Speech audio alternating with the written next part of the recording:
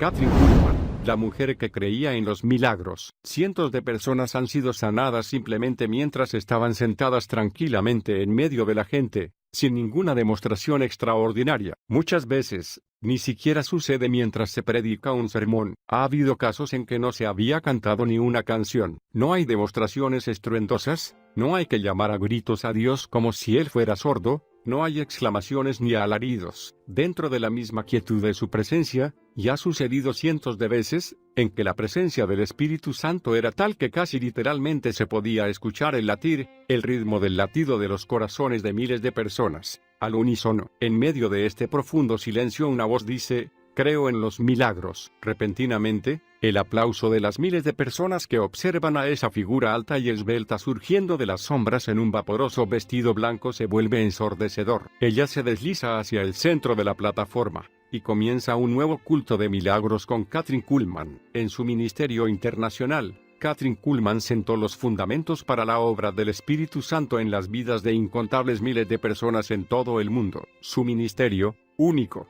cambió el énfasis en el cuerpo de Cristo, que pasó de la demostración externa de los dones sobrenaturales del Espíritu Santo, nuevamente al dador de los dones, el Espíritu Santo. El tono profético de su ministerio marcó el paso de lo que la Iglesia sería en los tiempos por venir. Su ministerio fue, literalmente, un precursor de la Iglesia del futuro. Aunque ella se consideraba una persona común, Kathryn era única. Muchas han tratado de imitar su voz y sus movimientos teatrales, pero sin resultados. Otros han tratado de traducir su unción especial a técnicas y métodos, sin éxito. Yo doy gracias a Dios por Kathryn Kuhlman. Ella fue un ejemplo de una persona que no temió pagar el precio de andar en el servicio de Dios. Agradezco las lecciones que he aprendido por medio de su vida, y en este capítulo quisiera compartir algunas de esas lecciones con ustedes, muchas de ellas, en sus propias palabras. Pelirroja y con pecas. Concordia, Missouri, fue el lugar donde se establecieron los inmigrantes alemanes que comenzaron a llegar a fines de la década de 1830. La madre de Kathryn, Emma Walkenhorst,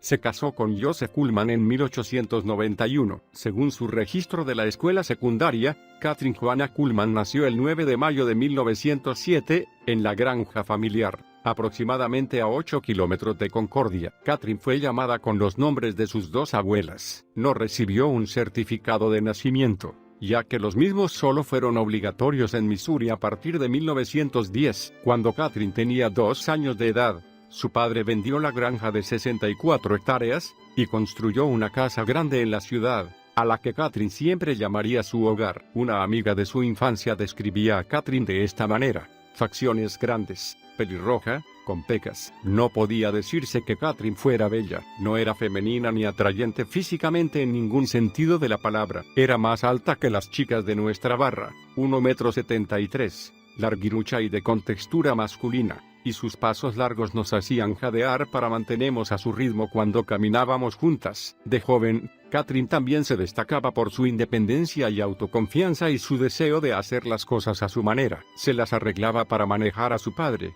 y conseguía casi cualquier cosa que deseara de él. Según Kathryn, la disciplina siempre estaba a cargo de su madre, una mujer dura, que nunca elogiaba a su hija ni le daba muestras de afecto. Pero Kathryn nunca se sintió que le faltaba amor o que no era deseada. Su padre le daba todo el afecto y el amor que necesitaba. En realidad, Kathryn adoraba de tal manera a su padre que aún 30 años después de su muerte, al hablar de él, los ojos se le llenaban de lágrimas. Cierta vez, cuando Kathryn tenía aproximadamente 9 años, quiso hacer algo especial para el cumpleaños de su madre, y decidió darle una fiesta sorpresa. Pues bien, la niña, sin darse cuenta de que el cumpleaños de su madre caía un lunes, fue por las casas de sus vecinos pidiéndoles que en ese día vinieran todos a su casa con una torta para Emma. Los lunes eran día de lavado para los Kuhlman. Todos los demás días de la semana, Emma Kuhlman se vestía con sus mejores ropas de pies a cabeza. Nunca se sabía cuándo podía aparecer una visita inesperada,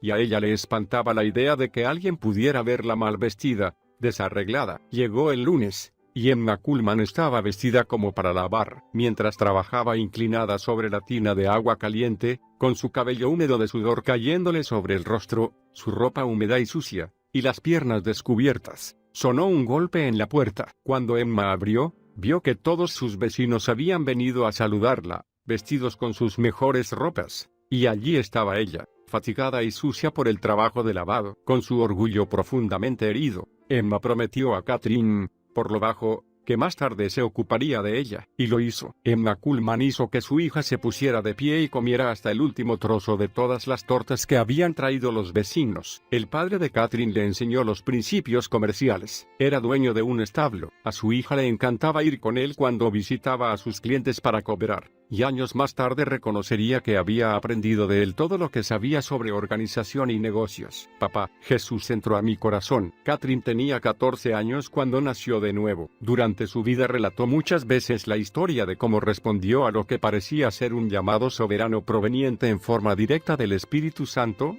no de ninguna persona. Ella venía de un trasfondo religioso, más que espiritual, por lo que las iglesias a las que asistía nunca hacían llamados para recibir la salvación. Acerca de esto, Catherine escribió: «Yo estaba de pie junto a mamá, y las agujas del reloj estaban ubicadas en las 12 menos 5 minutos del mediodía. No recuerdo el nombre del pastor, ni siquiera una palabra de su sermón, pero algo me sucedió. Es tan real para mí hoy como en ese momento, lo más real que me ha sucedido en mi vida. Allí, de pie, comencé a temblar de tal forma que no podía sostener el himnario, así que lo dejé en el banco, y comencé a sollozar. Sentí el peso de la convicción y me di cuenta de que era pecadora. Me sentía la persona más baja, la peor del mundo entero, pero solo tenía 14 años. Hice lo único que sabía hacer. Me deslicé de donde estaba y fui hacia el primer banco, me senté allí en un rincón y lloré. Oh, cómo lloré. Me había convertido en la persona más feliz del mundo. El tremendo peso había sido levantado. Experimenté algo que nunca me abandonó. Había nacido de nuevo, y el Espíritu Santo había hecho justo lo que Jesús dijo que haría. Juan 16:8. El padre de Catherine estaba de pie en la cocina cuando ella llegó corriendo de la iglesia para compartir la buena noticia con él. Ella acostumbraba contarle todo. En sus propias palabras, se lanzó sobre él y le dijo: «Papá, Jesús ha entrado en mi corazón». Sin mostrar ninguna emoción, su padre solo dijo: «Me alegro». Catherine recordaba que nunca estuvo realmente segura de si su padre había comprendido en verdad lo que le había dicho. Finalmente, la jovencita decidió asistir a la iglesia bautista a la que iba su padre, en lugar de la metodista a la que iba su madre. Aún entonces, ya tenía ideas propias. Catherine decía que nunca estuvo segura de si su padre era nacido de nuevo. Algunas veces, en público, aseguraba que sí, pero otras veces, en privado, expresaba su frustración por no poder estar segura. Sin embargo, Catherine sabía que su padre sentía una profunda aversión por los predicadores. En realidad, según ella, los despreciaba. Si Joseph Kuhlman veía a un predicador viniendo en dirección a él por la calle, se cruzaba a la acera opuesta para no tener que hablarle. Pensaba que todos los predicadores solo buscaban dinero, y las únicas ocasiones en que asistía a la iglesia eran en festividades especiales o para algún culto en que Catherine recitaba. Hasta donde su hija sabía, Joseph Kuhlman nunca oraba ni leía la Biblia. Su primer abrazo, según Catherine, asistir a la iglesia era tan importante como ir a trabajar. Al principio asistió a la iglesia metodista con su madre. Fue allí, en 1921, que nació de nuevo. Pero a partir de 1922, toda la familia se hizo miembro de la iglesia bautista. Aunque venía de un trasfondo denominacional, el ministerio de Catherine, en los últimos años, se volvería ecuménico, ya que ellas se movían libremente con todas las iglesias, desde pentecostales hasta católicas. Ninguna denominación cerraba las puertas al ministerio de Catherine Kuhlman. Ella se negaba a integrar denominación alguna y no daba crédito por su ministerio a ningún grupo, solo a Dios. Cuando Catherine era adolescente, su madre enseñaba en las reuniones de jóvenes de la iglesia metodista. Una vecina dijo que la señora Kuhlman era una excelente maestra de la Biblia, y Catherine, sus hermanas y su hermano deben de haber recibido muy buena enseñanza y formación en su hogar. La vecina también mencionó que escuchaba a alguien que tocaba el piano por las noches en la casa de los Kuhlman, y alguien que cantaba. A pesar de ser considerada una excelente maestra del grupo de jóvenes de su iglesia, aparentemente la madre de Catherine no nació de nuevo sino hasta 1935, en una de las reuniones que su hija realizó en Denver, Colorado. Catherine había invitado a su madre a la campaña. Después de terminada la primera reunión, la evangelista fue al cuarto de oración, situado detrás del púlpito,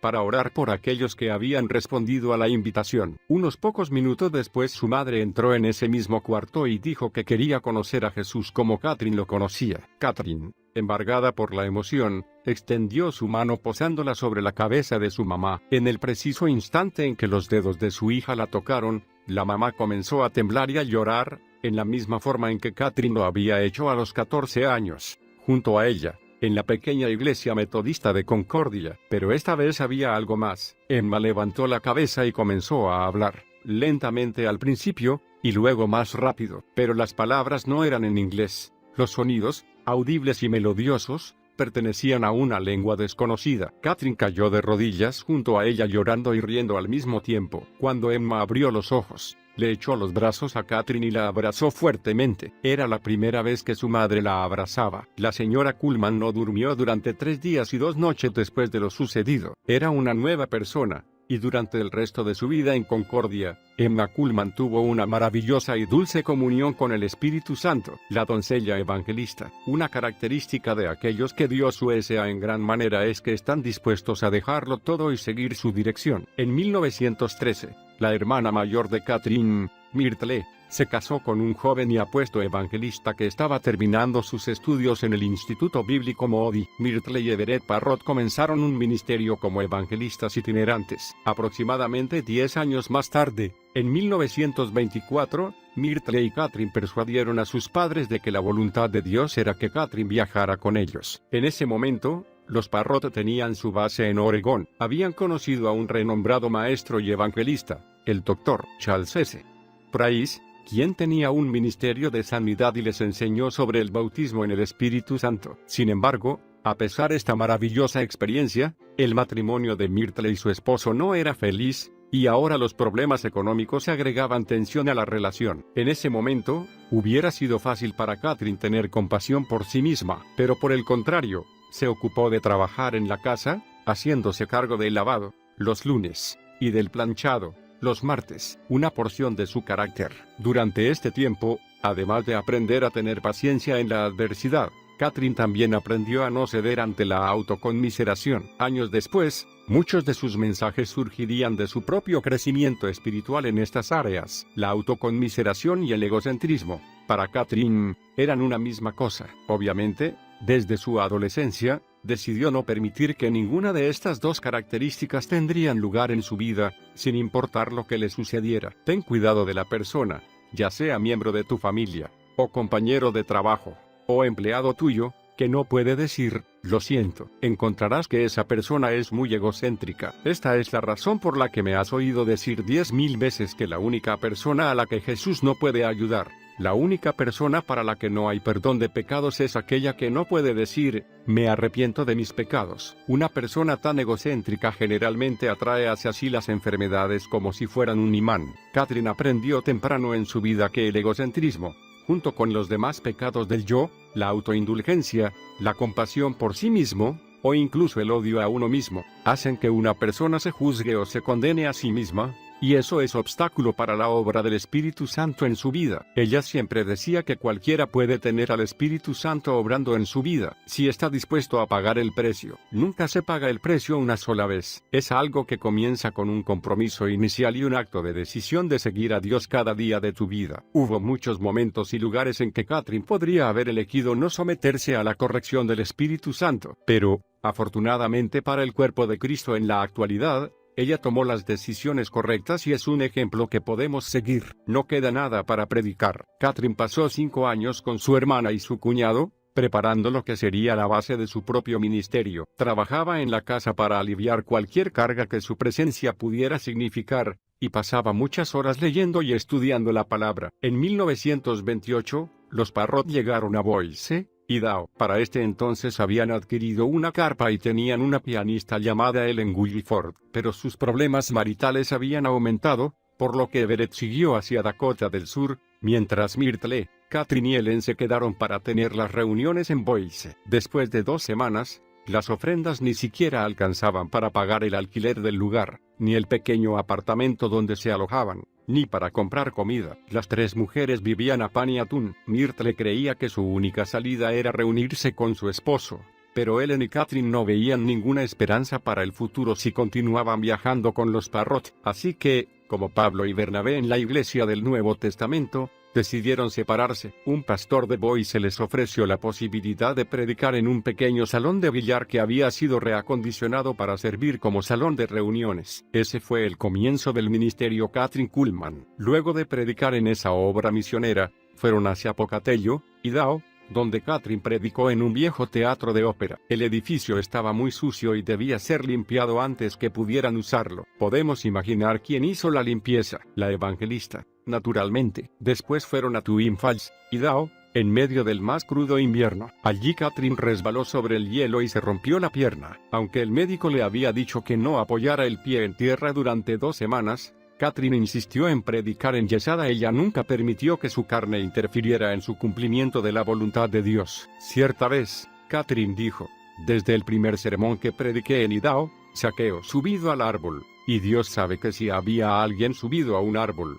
era yo. Supe solo una cosa: estaba entregada a las cosas de Dios. Jesús era real para mí. Mi corazón estaba decidido. Con gran sentido del humor, contaba que después de predicar 4 o 5 sermones, me preguntaba: ¿sobre qué más puedo predicar? No hay nada más en la Biblia. Ya agoté toda la provisión de sermones. Realmente no se me ocurre ningún otro tema sobre el que pueda predicar. Una joven fuerte durmiendo en el gallinero. Muchas veces, durante esos primeros años, las comodidades eran escasas, por decirlo de alguna manera. En cierta ocasión, la familia con quien debía alojarse no tenía ningún cuarto donde ella pudiera dormir, así que tuvieron que acondicionar el gallinero. Kathryn solía decir que ella hubiera dormido sobre una parva de paja, tan grande era su necesidad de predicar. Años después comentaría, riendo, que algunas veces cerraba con llave la puerta para no dejar salir a la gente hasta asegurarse de que todos habían sido salvados. Era una broma, por supuesto, pero lo que era cierto era que se quedaba junto al púlpito hasta la madrugada y oraba con cualquier persona que se hubiera quedado dando vueltas por allí. Otros lugares donde Kathryn se alojó quizá hayan sido más limpios que aquel gallinero, pero no estaban mejor calefaccionados. En aquella época, los cuartos de huéspedes no tenían calefacción. Años más tarde, Kathryn recordaría que solía acurrucarse bajo una pila de mantas hasta calentar la cama. Cuando lo lograba, se ponía boca abajo y estudiaba la palabra durante horas. Su corazón estaba totalmente entregado al Señor. Ese fue el secreto de su ministerio. Su corazón estaba fijo en Jesús. Estaba decidida a ser fiel a Él y a no contristar al Espíritu Santo. En estos primeros años de su ministerio, podemos ver 2 características que Kathryn desarrolló: dedicación y fidelidad a Dios y a su pueblo. Kathryn creció y extendió su entendimiento espiritual a partir de ese fundamento básico de carácter que desarrolló muy tempranamente en su vida: su lealtad. ¿Qué es lo que mantiene a una persona dedicada a su llamado? La respuesta de Kathryn era: su lealtad. La palabra lealtad tiene muy poco significado en la actualidad, porque se la practica muy poco. La lealtad es algo intangible, es como el amor. Solo se la puede entender al verla en acción. El amor es algo que se hace, y eso también se aplica a la lealtad. Significa fidelidad, significa compromiso, significa devoción. Mi corazón está decidido. Voy a ser leal al Señor, a cualquier costo, a cualquier precio. La lealtad es mucho más que un interés casual en alguien o algo. Es un compromiso personal. En un análisis final, significa: aquí estoy, puedes contar conmigo, no te fallaré. En otras palabras, la verdadera lealtad, para quienes son llamados al ministerio, se expresa en la decisión de no desviarse jamás del llamado de Dios, no agregar a Él, ni quitarle, solo hacerlo. Según Kathryn, cuando alguien comienza a hacer las cosas a su manera, pasa de ser leal a Dios a ser leal a sí mismo. Quiero que seas grande. Después de predicar en todo Idaho, Kathryn y Ellen fueron hacia Colorado. Luego de una campaña de 6 meses en pueblo, llegaron a Denver. Un hombre de negocios, Charles Fewitt, se había unido a ella en pueblo, como administrador del ministerio. En ese año, 1933, la depresión estaba en su punto más alto, los negocios cerraban, millones de personas quedaban sin trabajo, y las iglesias luchaban por permanecer abiertas. Kathryn era una evangelista itinerante sin ninguna organización denominacional que la apoyara, pero creía firmemente en un Dios grande, cuyos recursos no tenían límites. Ella creía que si servimos a un Dios de recursos limitados, entonces estamos sirviendo al Dios equivocado. Kathryn vivía por el principio de fe y confiaba en Dios. Por eso dijo a Hewitt que fuera a Denver y actuara como si tuvieran $1 millón. Cuando él le indicó que en realidad solo tenían $5, Kathryn contestó: el Dios no depende de lo que poseemos o de lo que somos. ciertamente puede obrar un milagro semejante al de los panes y los pescados, y multiplicar nuestros $5. Ahora, ve a Denver, alquila el edificio más grande que encuentres, consigue el mejor piano disponible para Ellen, llena el local de sillas, manda a publicar un anuncio grande en el Denver Post y haz propaganda por radio, en todas las emisoras. Este es el negocio de Dios, y vamos a hacerlo a su manera, a lo grande. Hewitt le tomó la palabra y siguió sus instrucciones. El lugar había sido un depósito de la compañía Montgomery Ward. Las reuniones se prolongaron por 5 meses, durante los cuales se mudaron a otro depósito. La primera noche asistieron 125 personas. La segunda noche, más de 400. A partir de entonces, el depósito comenzó a llenarse por completo todas las noches. Después de 5 meses, Catherine anunció que la campaña había terminado, pero las personas no querían saber nada de eso. Un hombre se ofreció a dar un adelanto para un edificio que pudieran usar en forma permanente y que tuviera un gran cartel de neón que diría: la oración cambia las cosas. La gente tenía hambre de la palabra de Dios, pero el mensaje principal de Catherine en esos años era el de salvación. Algunas veces había pastores que nacían de nuevo al responder a su invitación a recibir a Jesucristo como Salvador y Señor. El ministerio de Catherine era de fe y esperanza. Durante este tiempo, Ellen había formado un coro de 100 voces y componía gran parte de la música que cantaban. Dado que la respuesta a su ministerio era tan grande, Catherine accedió a quedarse en Denver. Todo parecía perfecto, así que comenzaron a buscar un edificio para establecerse en forma permanente. Pero entonces, repentinamente, de la nada, llegó el golpe de la tragedia. Papá se ha ido. Catherine experimentó el primer trauma real de su vida a fines de diciembre de 1934, cuando su amado padre murió en un accidente. Mucho después supo que él había caído en una calle cubierta de hielo, y lo había atropellado un auto que intentó girar para no golpearlo en medio de una tormenta de nieve. Debido a la tormenta,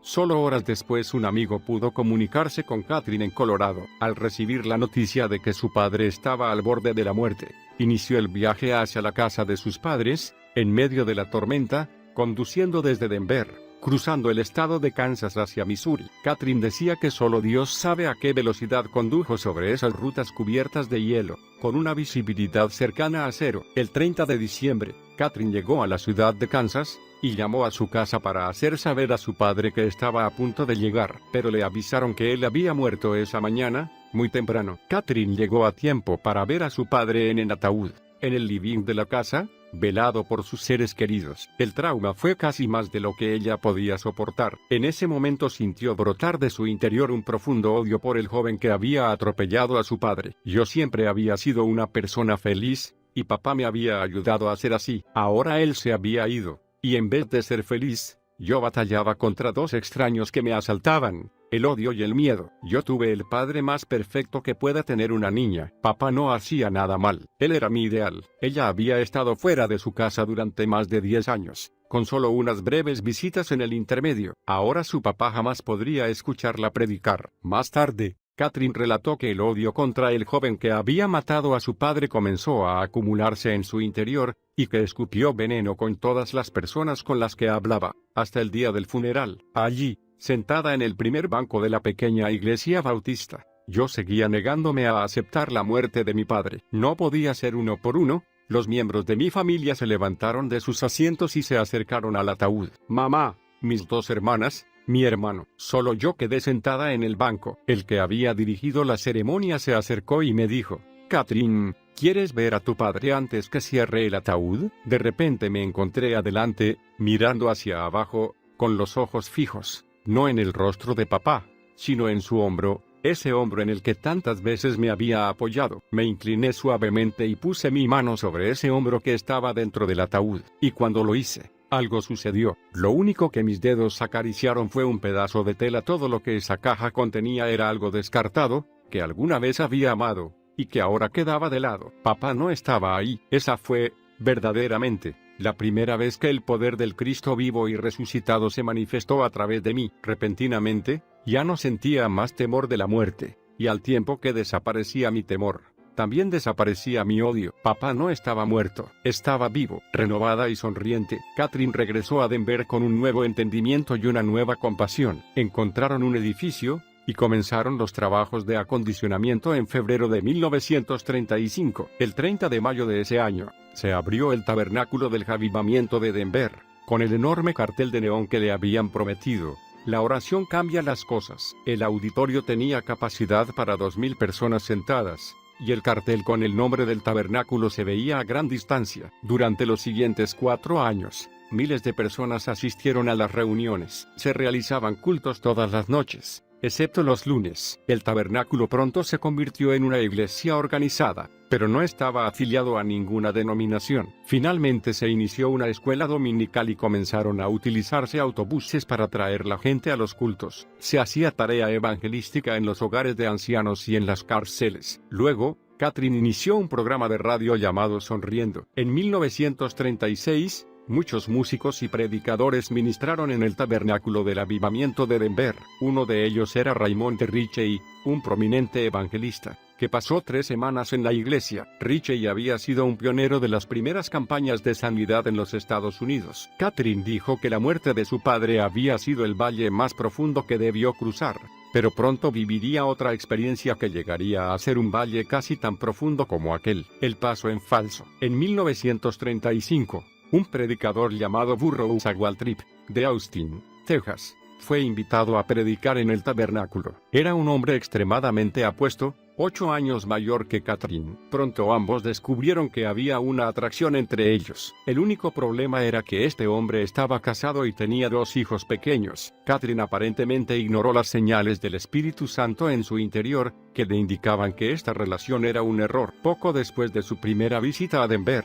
Waltrip se divorció de su primera esposa y dijo a todos que ella lo había abandonado. Pero su ex esposa, Jessie, dijo que Waltrip creía que si una persona no amaba a su cónyuge en el momento de casarse, no había pacto alguno entre ambos, lo cual hacía que pudieran divorciarse y casarse con otro. Después de dejar a su esposa, Waltrip nunca regresó a ella, y sus 2 hijitos jamás volvieron a ver a su padre. El error. Después de dejar a su familia, Waltrip se mudó a Mason City, Iowa, presentándose como un hombre soltero, e inició un centro evangelístico llamado Radio Chapel. Se lo conocía como un evangelista dramático y sensacionalista, y comenzó a emitir diariamente desde la capilla. Catherine y Relen fueron allí para ayudarlo a reunir fondos para su ministerio. Pronto, la relación romántica entre Catherine y Waltrip, a quien ella llamaba Mister, se hizo pública. Ellen y otros amigos de Denver trataron de persuadir a Catherine de que no se casara con el apuesto evangelista, pero ella insistía en que su esposa lo había dejado,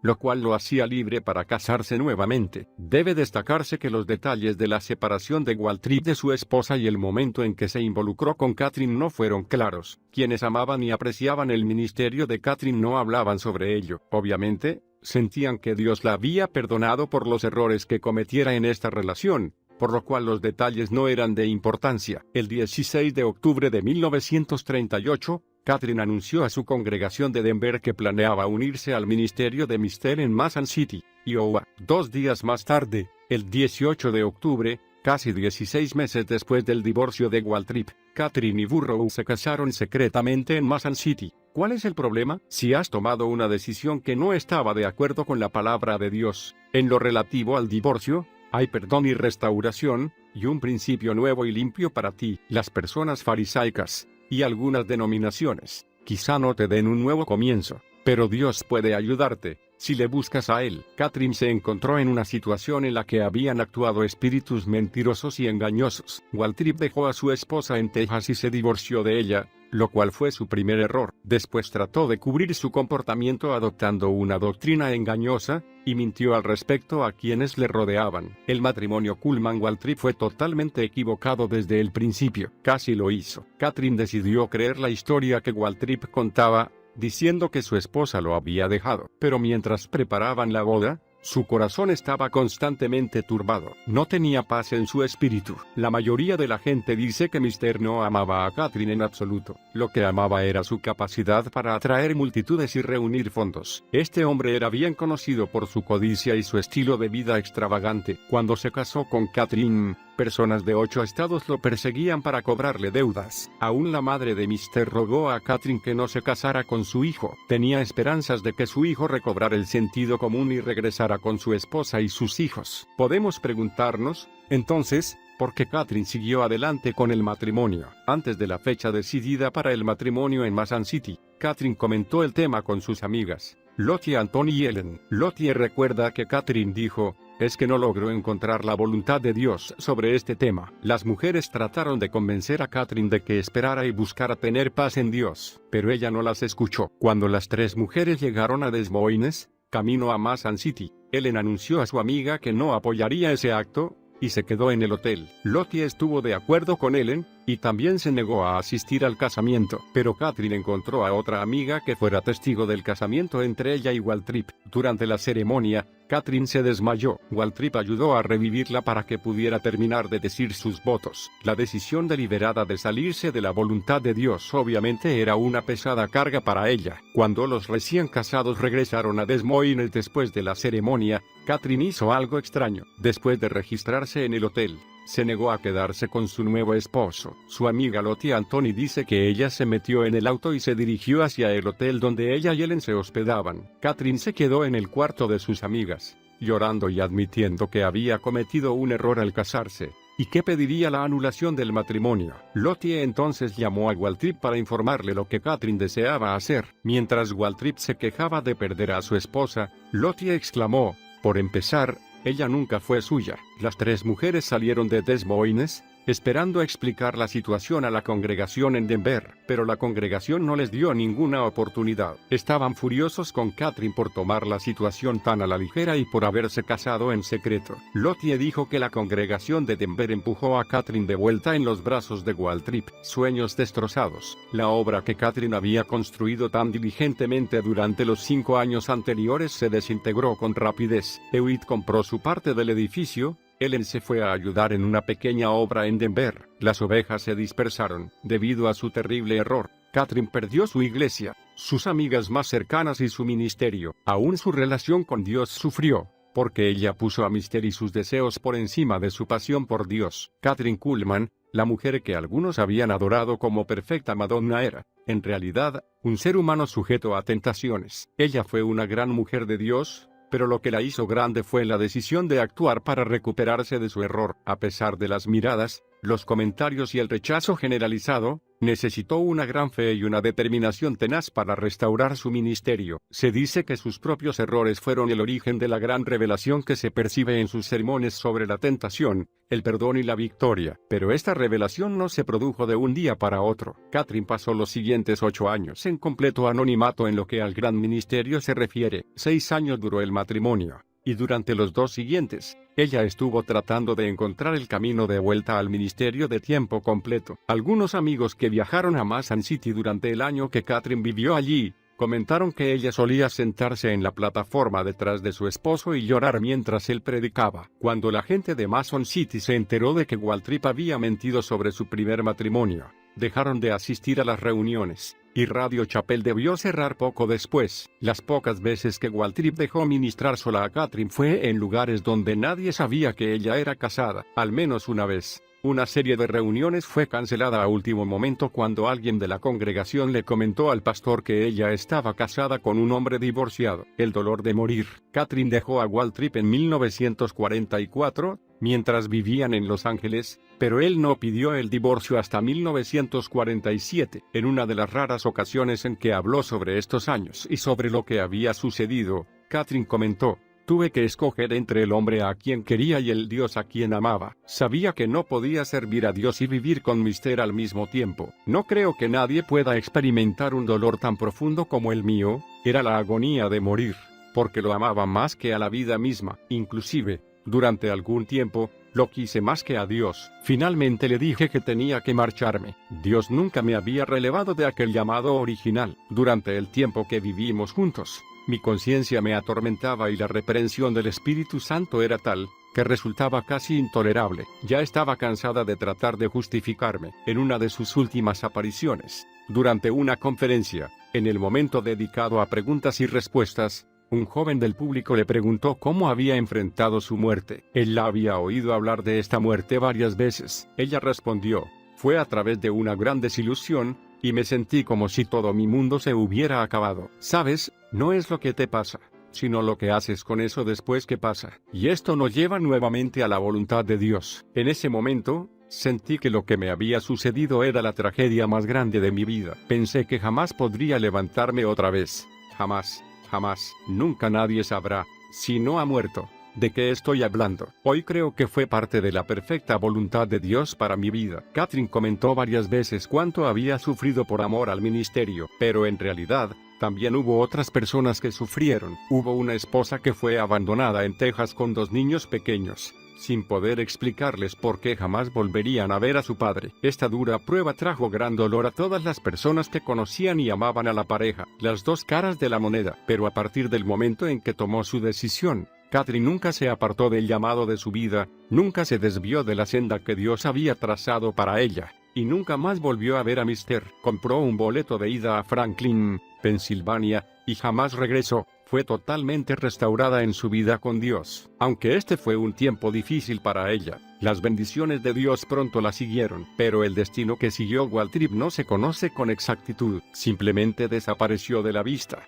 y ni siquiera se puso en contacto con su familia. Según su ex esposa Jessie, años después, su hermano, James Waltrip, descubrió, tristemente, que Burrow finalmente había muerto en una prisión de California, donde cumplía una condena por robar dinero a una mujer, fuera de la cueva. Nadie jamás supo por qué Catherine eligió Franklin para su regreso. Franklin era una ciudad ubicada en la zona de las minas de carbón de Pensilvania, colonizada por inmigrantes alemanes. Quizá Catherine se sintió como en casa allí, quizá fue porque en ese lugar la aceptaban. Cualquiera fuera la razón, funcionó. De allí pasó por los estados del centro-oeste y luego fue hacia el sur, y luego a Virginia Occidental, Virginia y las Carolinas. En algunos lugares era aceptada rápidamente, en otros, su pasado salía rápidamente a la superficie y las reuniones se cancelaban. En Georgia, un periódico se enteró de la historia de su casamiento con un hombre divorciado y la publicó. Entonces Catherine tomó nuevamente un autobús hacia Franklin. Cualquiera fuera la razón, en 1946, Catherine salió del desierto y entró en la tierra prometida de su verdadero ministerio. Después de una gira poco exitosa por el sur,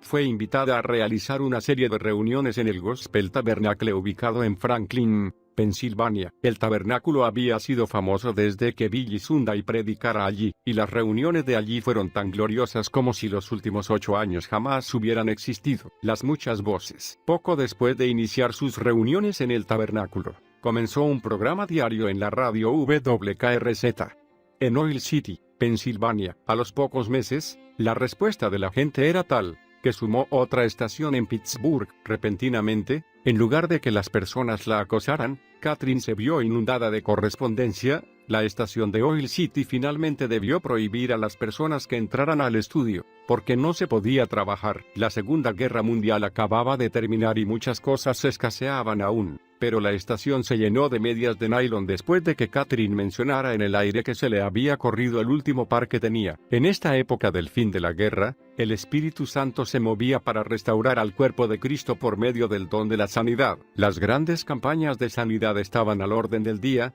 y grandes sanidades se producían a través de los ministerios de hombres como Oral Roberts, William Branham y el ya fallecido Jack Coe. Gordon Lindsay, fundador de la revista La Voz de Sanidad, y del Instituto Cristo para las Naciones, publicaba las noticias de estas grandes campañas en su revista. En ese momento Catherine aún oraba principalmente para que las personas fueran salvas, pero también comenzó a orar e imponer las manos a quienes necesitaban sanidad. Aunque no le agradaba que la consideraran una de los que sanaba por fe, comenzó a asistir a las reuniones de estos ministros, para averiguar más sobre este fenómeno de Dios. No tenía la más mínima idea de que esta área del ministerio le daría fama internacional. Después de observar las diversas campañas, Catherine salía de ellas con mayor entendimiento. Aunque siempre tuvo preguntas sin respuesta sobre la sanidad divina, estableció un patrón para su ministerio. En los comienzos de mi ministerio, me perturbaban en gran manera muchas cosas que veía que sucedían en el campo de las sanidades divinas. Me confundían muchos de los métodos que vi que se empleaban. Me disgustaban las formas poco sabias de actuar que veía,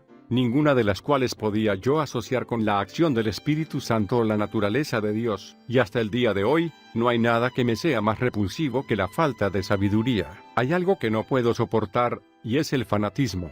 las manifestaciones de la carne que traen reprobación sobre algo que es tan maravilloso y sagrado. Catherine continuó hablando de las cosas que había visto en estas reuniones, y que le habían hecho doler el corazón. Durante el resto de su vida, continuó exhortando a las personas a concentrarse en Jesús y en nadie más. Después de asistir a una reunión en Erie, Pensilvania, dijo: comencé a llorar. Era un llanto incontrolable. Las miradas de desesperación y decepción que vi reflejadas en aquellos rostros, cuando les indicaron que su falta de fe los apartaba de Dios, me atormentaron durante muchas semanas. ¿Era este el Dios tan misericordioso y compasivo? Abandoné la carpa llorando de indignación y levantando los ojos al cielo, exclamé: se han llevado a mi Señor y no sé dónde le han puesto. Es interesante notar que Kathryn Kuhlman decidió no asociar su ministerio con la publicación de Gordon Lindsay, La Voz de Sanidad. La publicación era la promoción preferida por los evangelistas de la sanidad de esa época, y Kathryn prefirió no ser parte de ella. Muchos de estos evangelistas eran sinceros y honestos, pero otros se dieron al sensacionalismo y utilizaban métodos cuestionables en su ministerio. Aquí vienen los milagros. El momento en que Kathryn vio en la palabra de Dios que había sanidad para el creyente al mismo tiempo que salvación,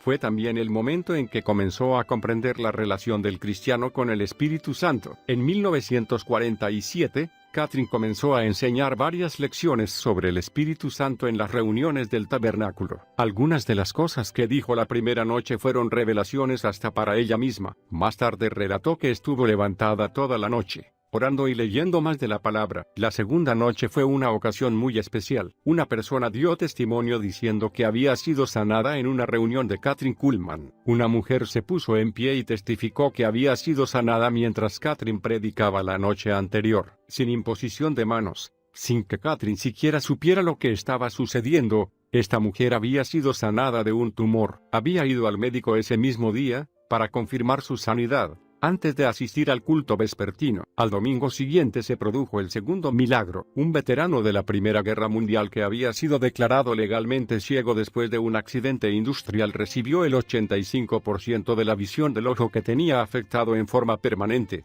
y visión completa en el otro ojo. Tiburones, comisarios y gloria. Una vez que comenzaron las sanidades y los milagros, las multitudes que Kathryn atraía al tabernáculo eran aún mayores que las de Billy Sunday. Dios comenzó a prosperar el ministerio en gran manera, pero los adversarios movidos por el diablo también se infiltraron, tratando de socavar la obra y el fluir del Espíritu Santo en el ministerio de Kathryn. El ataque vino de parte de M.J.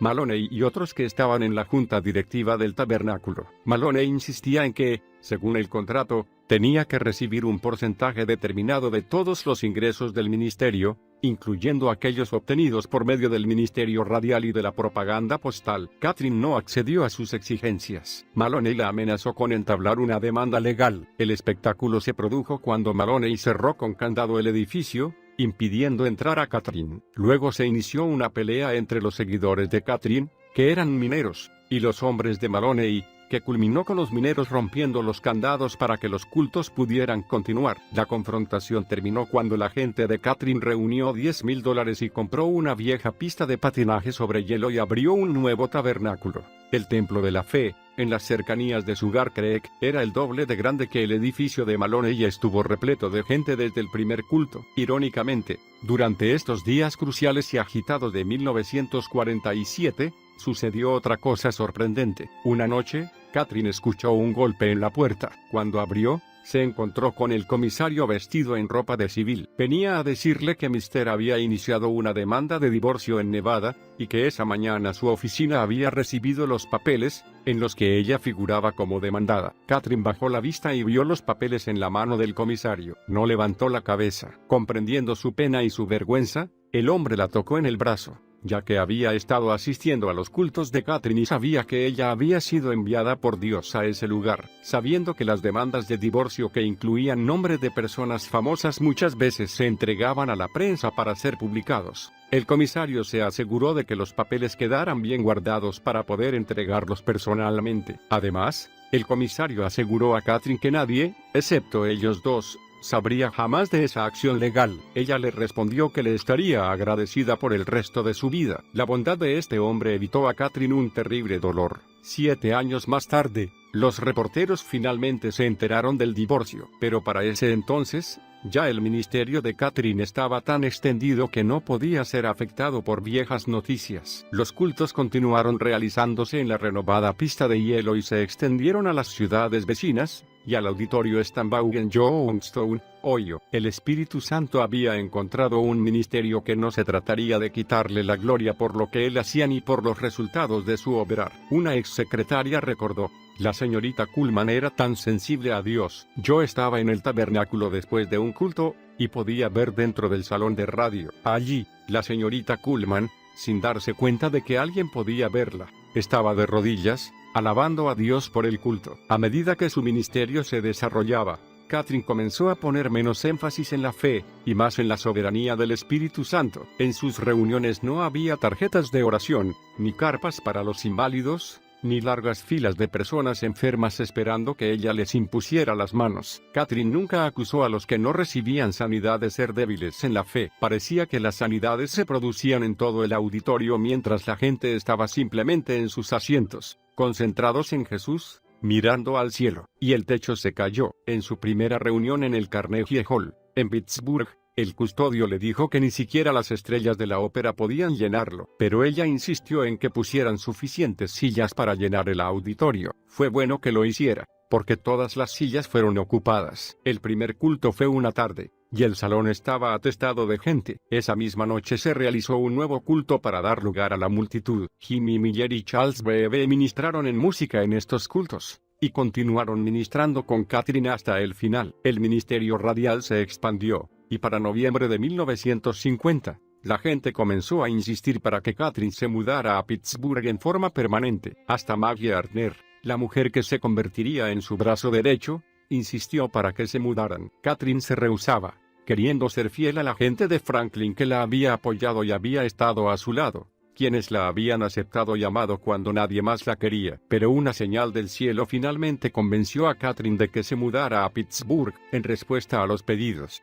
Catherine anunció: no, tendría que caerse el techo del templo de la fe, literalmente, para que yo creyera que Dios desea que me mude a Pittsburgh. El Día de Acción de Gracias de 1950, el techo del templo se desplomó bajo el peso de la mayor acumulación de nieve de toda la historia de la región. 3 semanas más tarde, Catherine se mudó a Fox Chapel, en los suburbios de Pittsburgh, donde viviría durante el resto de su vida. Quiero ser como Aimee. En 1950 comenzó a desarrollarse gradualmente un ministerio de alcance mundial. Años después, Catherine diría que Dios no la había llamado a construir una iglesia. Su ministerio, sostenía, no debía confundirse con un edificio. Algunos son llamados a construir edificios, pero ese no era el caso de Catherine Kuhlman. El hecho de que ella sí construyó iglesias quedó en la sombra, tras la publicidad que atraían los cultos de milagros. La Fundación Catherine Kuhlman, establecida en Pittsburgh, financió más de 20 iglesias en campos misioneros de otros países, pastoreados por ministros locales. Muchos la llamaban pastora, con amor y respeto, pero ella nunca fue ordenada pastora. Después de su estadía en Denver, nunca más pastoreó una iglesia. Catherine decía que ella no había sido llamada a cumplir los 5 ministerios, Efesios 4:11. Ella andaba en la sencillez de ser una sierva del Señor. Los que conformaban su círculo más íntimo dicen que Catherine anunció al comenzar su ministerio, que ella sería la próxima Aimee Semple McPherson, fundadora de la Iglesia Cuadrangular. Aimee era, sin dudas, el modelo que Catherine seguiría. Cuando la vivaz hermana construyó el Angelus Temple en Los Ángeles, Catherine estuvo presente allí en su momento de mayor popularidad. Se dice que Catherine asistió al Instituto Bíblico de Aimee, y que solía sentarse en la planta alta de su iglesia, captando cada aspecto de los ungidos mensajes y la presentación teatralizada de la hermana. A diferencia de los demás estudiantes del instituto, Catherine decidió no quedarse dentro de la denominación cuadrangular, sino que eligió un camino independiente. Es interesante que Rolf McPherson, hijo de Aimee, no recuerda que Catherine haya estudiado en su instituto. Aunque Catherine nunca conoció personalmente a Aimee, los efectos de su ministerio influyeron sobre ella. Había una gran diferencia fundamental entre ambas. Aimee enseñaba a las personas a buscar el bautismo en el Espíritu Santo. Catherine pensaba que buscarlo era forzarlo. Catherine era pentecostal, pero no hacía demasiado énfasis en ese hecho. La gente siempre la comparó con Aimee, Pero fue solo 6 años después de la prematura muerte de Aimee que Catherine llegó a los titulares de todo el país. Una iglesia mediática. Los mensajes radiales de Catherine finalmente llegaron a ser escuchados en todos los Estados Unidos, y en algunos lugares del exterior, vía onda corta. Parecía que todo el país estaba ansioso por escuchar esa voz cálida y agradable que preguntaba a su audiencia al principio del programa: «Hola a todos. ¿Estaban esperándome?». Su programa radial no era religioso ni recargado. Por el contrario,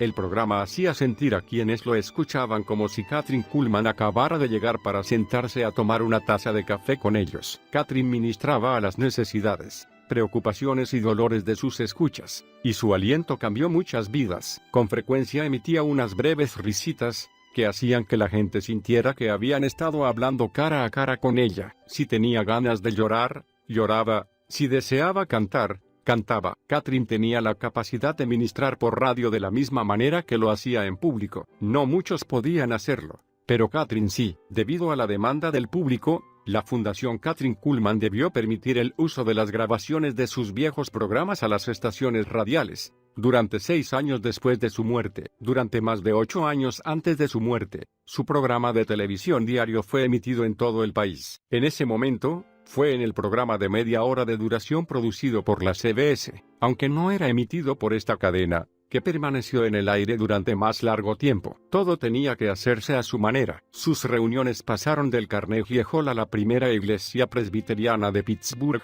y durante años, asistieron a ellas algunos de los más exclusivos eruditos de la Biblia en Pittsburgh, y durante los últimos 10 años de su vida, una vez por mes, Kathryn realizó cultos en el Auditorio Line en Los Ángeles, donde ministró a incontables miles de personas, y cientos fueron sanadas. También habló en grandes iglesias, conferencias y reuniones internacionales. Kathryn disfrutaba especialmente cuando ministraba en la Fraternidad de Hombres de Negocios del Evangelio Completo, una organización laica fundada por Demos Zakarian. Pasaron muchos años antes que Kathryn consintiera en integrar los cultos de milagros con sus otras conferencias. Sentía que los límites de una conferencia general, con su organización y sus horarios estrictos, restringirían la libertad del espíritu que era parte tan vital de sus reuniones. Si algún grupo deseaba que Kathryn hablara para ellos, debían ajustar el programa que tenían a su estilo. Ella sabía que Dios la había llamado a ministrar de determinada manera, y no habría cambios. Si parecía que no tendría libertad, o si estaban presentes personas cuestionables que podrían manchar su ministerio, cancelaba el compromiso. Algunos decían que los que estaban a cargo no estaban a cargo cuando Kathryn estaba presente. Ella moría 1000 veces. Kathryn nunca predicó en contra de fumar o beber alcohol. No defendía estos comportamientos, pero se negaba a aislar a la gente. Tampoco le gustaba la forma en que ministraban algunos de los evangelistas de la sanidad. Le parecía que eran rudos, y no soportaba esa clase de ministerio. Ella nunca enseñó que la enfermedad fuera del diablo. Evitaba el tema, señalando, en cambio, cuán grande es Dios. Sentía que si podía hacer que los ojos de las personas se volvieran hacia Dios, entonces cada cosa ocuparía el lugar que le correspondía. A principios de su ministerio, Kathryn solía decir a las personas que abandonaran sus denominaciones. En sus últimos años, las alentaba a regresar y ser una luz y una fuerza sanadora para ellas. Se dice que la vida de Kathryn era una oración. Viajaba constantemente, por lo que no tenía sus devocionales en forma convencional, así que aprendió a hacer de cualquier lugar donde estuviera su cuarto de oración. Antes de las reuniones, Kathryn podía ser vista caminando de un lado para otro, subiendo y bajando la cabeza, con las manos elevadas hacia el cielo o unidas detrás de la espalda. Su rostro estaba cubierto de lágrimas. Parecía que estaba rogando al Señor, pidiéndole: «Querido Jesús, no apartes tu Santo Espíritu de mí». Aunque esta profundidad de oración parecería ser algo muy personal, para Kathryn no lo era. Muchas veces, alguien la interrumpía con una pregunta, ella contestaba, y luego regresaba a su oración, en la misma profundidad que tenía al momento de la interrupción. Oral Roberts describió su relación con el Espíritu en esta forma: era como si estuvieran hablando entre ellos, y uno no sabía nunca dónde terminaba el Espíritu Santo y comenzaba Kathryn. Era una unidad. Personas de todas clases y denominaciones asistían a sus reuniones: católicos, episcopales, bautistas, pentecostales, ebrios, enfermos, moribundos, personas muy espirituales, personas no creyentes, y Catherine sabía que ella era el instrumento que podía señalarles el camino a Dios. De alguna manera, ella cruzaba todas las barreras y llevaba a todos a un mismo nivel de entendimiento. ¿Cómo podía hacerlo? Creo que era porque vivía totalmente rendida al Espíritu Santo. Siempre decía: yo muero 1000 veces antes de cada culto. Dado que era una evangelista ecuménica, Catherine nunca permitió que los dones espirituales de las lenguas, de la interpretación de lenguas, o de la profecía operaran en sus cultos. Si alguien hablaba en lenguas repetidas veces, en voz suficientemente alta como para resultar molesto, Catherine discretamente hacía que lo sacaran del lugar. Ella creía en todos los dones del Espíritu, pero no quería hacer nada que obstaculizara o distrajera a los no iniciados de una simple creencia en Dios, pero sí permitía que las personas cayeran bajo el poder del Espíritu. Muchos llegaron a creer en el tremendo poder de Dios solamente con ser testigos de esta manifestación. Catherine ofrecía una sencilla explicación al fenómeno: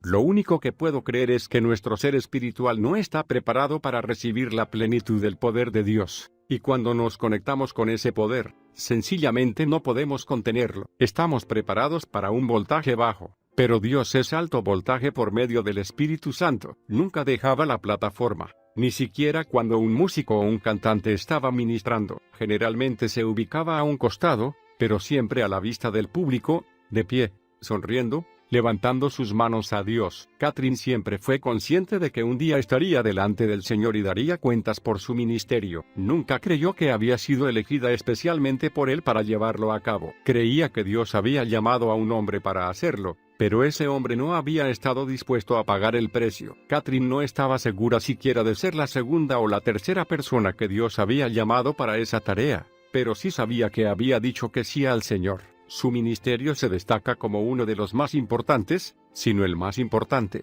del movimiento carismático, demasiados como para nombrarlos a todos. ¿Cuáles fueron algunos de los milagros más destacados? Aunque hubo miles y miles de milagros, el mayor milagro, para Catherine, era que una persona naciera de nuevo. En cierta ocasión, un niño de 5 años, paralítico de nacimiento, caminó hacia la plataforma sin ayuda de nadie. Otra vez, una mujer que había estado paralítica y confinada a una silla de ruedas durante 12 años, caminó hacia la plataforma sin ayuda de su esposo. En Filadelfia, un hombre al que le habían colocado un marcapasos 8 meses antes, sintió un dolor intenso en su pecho cuando Catherine le impuso las manos. Al llegar a su casa, descubrió que la cicatriz de la operación había desaparecido, y no estaba seguro de si el marcapasos estaba funcionando. Más tarde, cuando el médico ordenó tomarle algunas radiografías, descubrieron que el marcapasos había desaparecido y el corazón del hombre estaba totalmente sano. Era común que los tumores se disolvieran,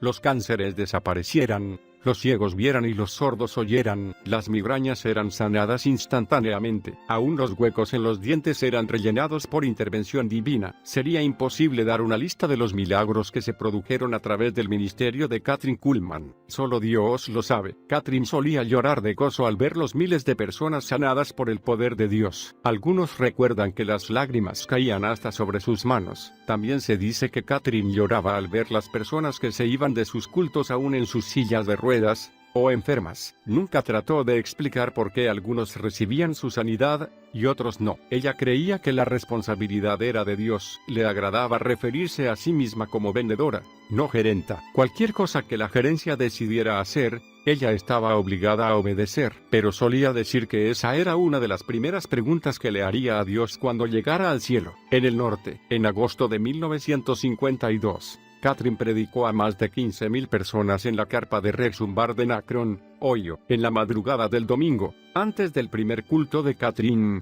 los Humbard fueron despertados por un fuerte golpe en la puerta de su casa rodante. Era un policía que les dijo: «Reverendo Humbard, tiene que hacer algo. Hay casi 18.000 personas en esa carpa». Eran las 4 de la mañana, y el culto comenzaría a las 11. La gente se apresura a conseguir asiento. Catherine estaba acostumbrada a las multitudes que superaban la capacidad de un salón o una carpa, así que dijo a Humbard que solo podrían hacer una cosa: comenzar el culto a las 8. Y eso fue lo que hicieron. Maude Aimee, esposa de Rex, recordó que Catherine ministró hasta las 14:30 esa tarde. Después de estas reuniones, los Humbard estacionaron su casa rodante en Akron y construyeron allí una de las iglesias y ministerios televisivos más grandes de esa época. Las décadas de 1960 y 1970, Catherine y los Humbard también iniciaron así una amistad que se prolongaría por el resto de sus vidas. Aproximadamente en esta época a Catherine le diagnosticaron un corazón agrandado con una válvula mitral defectuosa, pero ella continuó hacia adelante, dependiendo enteramente del Espíritu Santo. Brillo y estrellas fugaces. Para este entonces, Catherine se había convertido en una celebridad en el ambiente cristiano y también en el secular. Las estrellas de cine asistían a sus reuniones. Aún la comediante Phyllis Diller recomendó uno de los libros de Catherine a una admiradora suya que estaba mortalmente enferma. El Papa le otorgó una audiencia privada en el Vaticano, y le regaló un colgante con una paloma grabada. Las ciudades más importantes de los Estados Unidos le entregaron las llaves de la ciudad. Hasta Vietnam le entregó la medalla de honor por sus contribuciones a los que sufrían. Naturalmente, en medio de todos los honores también había ataques, algunos de los cuales Catherine logró ignorar, pero otros la hirieron profundamente. Entre ellos se encontró la traición de su empleado Dino Katsonotzis y su cuñado, Paul Bartolomeu. En resumen, Dino y su cuñado exigieron un elevado aumento de sueldo en sus contratos al descubrir que la Fundación Cullman había firmado un contrato con diversos medios. Catherine había disfrutado mucho de la compañía de Dino. Sin duda, muchas de las personas que asistieron a sus cruzadas recuerdan la forma cariñosa en que solía presentarlo, diciendo con un ampuloso movimiento de brazos: «Aquí está, Dino». Catherine había sacado a Katsonotzis de la oscuridad y lo había lanzado a un ministerio internacional. Se decía que lo hacía vestir con las mejores ropas y lo elogiaba constantemente delante de los medios. Pero Dino aparentemente cayó bajo la influencia de su cuñado, Paul Bartolomeu. Aunque Bartolomeu había sido la persona que más ganaba del personal, quería más, y finalmente demandó a Catherine por una suma exorbitante de dinero. Y cuando Catherine expresó su desaprobación por la altamente publicitada relación de Dino con una joven del mundo del espectáculo secular, él se llenó de amargura y también pidió más dinero. Como consecuencia, Catherine despidió a ambos, pero no antes que ellos hicieran muchas denuncias públicas contra ella en relación con su carácter, que fueron oídas en todo el mundo. En sus últimos años, Catherine no pasaba mucho tiempo analizando el carácter de los integrantes de su equipo. En cambio, elegía a las personas que disfrutaba, pero muchas veces, esa relación placentera era de breve duración y provocaba muchos dolores al terminar. Es posible que sus errores al elegir a ciertos colaboradores se debieran a la fatiga física y mental. Su programa de actividades era terrible. Aunque le advirtieron que contratar a Katsonotzis y Bartolomeu era un error, Catherine los contrató y finalmente debió sufrir la situación que ya hemos relatado. Aunque seguramente hubo muchos errores de juicio, por falta de entendimiento, o errores cometidos por las personas que la rodeaban, Catherine nunca permitió que la carne participara en ningún mover del Espíritu Santo, y jamás se llevó el crédito por nada. Catherine siempre dio la gloria a Dios. Con el ministerio avanzando a toda máquina, las denominaciones más importantes daban crédito a Catherine por tener la forma más pura del ministerio del Espíritu Santo en su época. No tenía planes ni motivos ocultos. Lo que uno veía en ella era lo que realmente era. Jamás simuló tener respuestas que no tenía, y siempre se preocupó de no contristar al Espíritu Santo. Catherine fue honesta, sincera, comprometida con Dios y sometida a Él durante toda su vida. Se cae en las gradas. En 1968, ministró para Pat Robertson y su compañero de ministerio, Jim Bakker, ante más de 3.000 personas. Poco después que comenzara la reunión, una grada se rompió y cayó contra la pared. Muchos cayeron al suelo o quedaron suspendidos en el aire. La patrulla de emergencias llegó al lugar y se llevó a algunas personas heridas en camillas. La grada fue reemplazada por sillas plegables y la reunión continuó normalmente. Mientras tanto, Catherine, que no habría notado nada de lo que había sucedido, ya iba por la mitad de su sermón. Durante 1968, viajó a Israel, Finlandia y Suecia. Fue invitada al show de Johnny Carlson, al show de Dinah Shore, y a muchos otros. Aunque era muy diplomática y era bien aceptada en medio de toda clase de personas, continuaba manifestando el poder del Espíritu Santo que había sobre su vida, aún en estos programas televisivos. Se dice que los empleados de los estudios de la CBS siempre sabían cuándo Catherine entraba al edificio, porque la atmósfera toda del lugar cambiaba. En 1975, aunque ya estaba casi llegando a los 70 años, y su enfermedad la había debilitado, Catherine hizo un viaje ministerial a Israel para hablar en la segunda conferencia mundial sobre el Espíritu Santo. A pesar de su edad y su enfermedad, Aún era osada en su ministerio. Catherine se había enterado de que Bob Mumford iba a predicar en esa conferencia, por lo cual amenazó con suspender su presencia allí. Dijo que las enseñanzas de Mumford sobre el discipulado eran una herejía total y que ella no participaría. Pero finalmente, Catherine fue a Israel y ayudó a muchos habitantes del Oriente Medio a experimentar el ministerio del Espíritu Santo. Estoy bien con mi Dios. El último culto de milagros del ministerio de Kathryn Kuhlman fue realizado en el Auditorio Line de Los Ángeles, California, el 16 de noviembre de 1975. Cuando Kathryn abandonaba el auditorio, una empleada de su oficina de Hollywood vio algo que nunca olvidaría. Mientras todos salían del auditorio, Kathryn caminó en silencio hasta el final de la plataforma. Una vez allí, levantó la cabeza y recorrió lentamente con su mirada la planta alta de asientos, como si estuviera estudiando cada uno, durante un tiempo que pareció una eternidad. Luego bajó la mirada a la segunda sección, siguiendo cada fila y cada asiento con la mirada. Finalmente estudió detalladamente cada uno de los asientos de la planta baja. Solo podemos imaginar lo que pasaba por la mente de Kathryn: los recuerdos, las victorias, las sanidades, las risas, las lágrimas. ¿Sería posible que ella supiera que jamás volvería a pisar la plataforma? ¿Sería posible que en ese momento estuviera despidiéndose de su ministerio terrenal? Solo 3 semanas después de ese día de noviembre, Kathryn agonizaba en el Centro Médico Egress de Tulsa, Oklahoma, después de una operación a corazón abierto. Para entonces, había dado el control total de su ministerio a Tim Wilkerson, que anteriormente había trabajado vendiendo automóviles en Tulsa. Wilkerson es el hijo de la fallecida Jeannie Wilkerson, una verdadera profetisa del Señor. Wilkerson estuvo con Kathryn solamente durante 10 breves meses. Ella confiaba en él.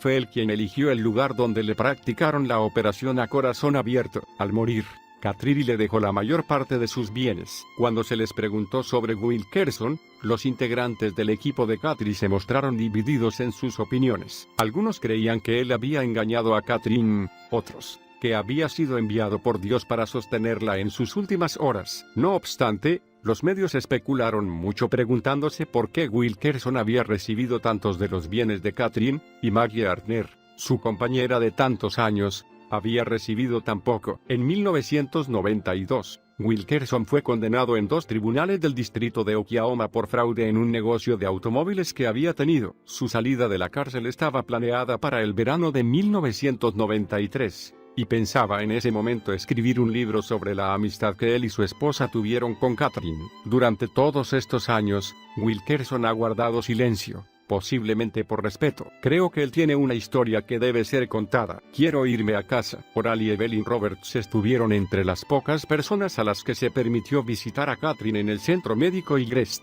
Cuando entraron a su cuarto y se acercaron a su cama para orar por su sanidad, Oral recuerda que sucedió algo muy importante. Cuando Kathryn se dio cuenta de que estábamos allí para orar por su recuperación, extendió sus manos como formando una barrera y las levantó hacia el cielo. Evelyn Roberts miró a su esposo y dijo: «No quiere que oremos, quiere irse a casa». Myrtle, hermana de Kathryn, recibió el mismo mensaje de ella, y le dijo a Wilkerson: «Kathryn desea ir a casa». La maravillosa dama pelirroja que presentó el ministerio del Espíritu Santo a nuestra generación y emocionó a millones de personas, finalmente recibió lo que deseaba con todo su corazón. Se dice que el Espíritu Santo descendió sobre ella una vez más y su rostro comenzó a brillar. La enfermera que la cuidaba notó un fulgor que rodeaba su cama, creando una paz indescriptible. A las 20:20 del viernes 20 de febrero de 1976, Kathryn Kuhlman fue a su hogar, a estar con Jesús. Tenía 68 años de edad. Oral Roberts presidió su funeral en el cementerio privado Forest Lawn,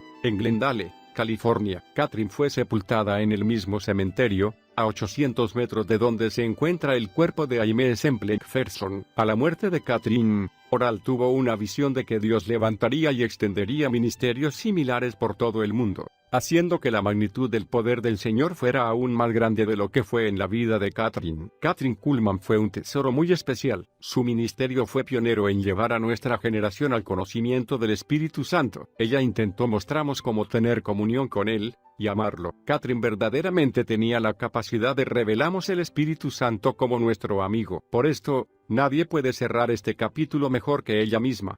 El mundo me ha llamado tonta por haberle dado mi vida entera a alguien que nunca he visto. Sé exactamente lo que voy a decir cuando esté en su presencia. Cuando mire el maravilloso rostro de Jesús, tendré solo una cosa para decir: lo intenté, me entregué lo mejor que pude. Mi redención será completada cuando me encuentre frente a quien todo lo hizo posible.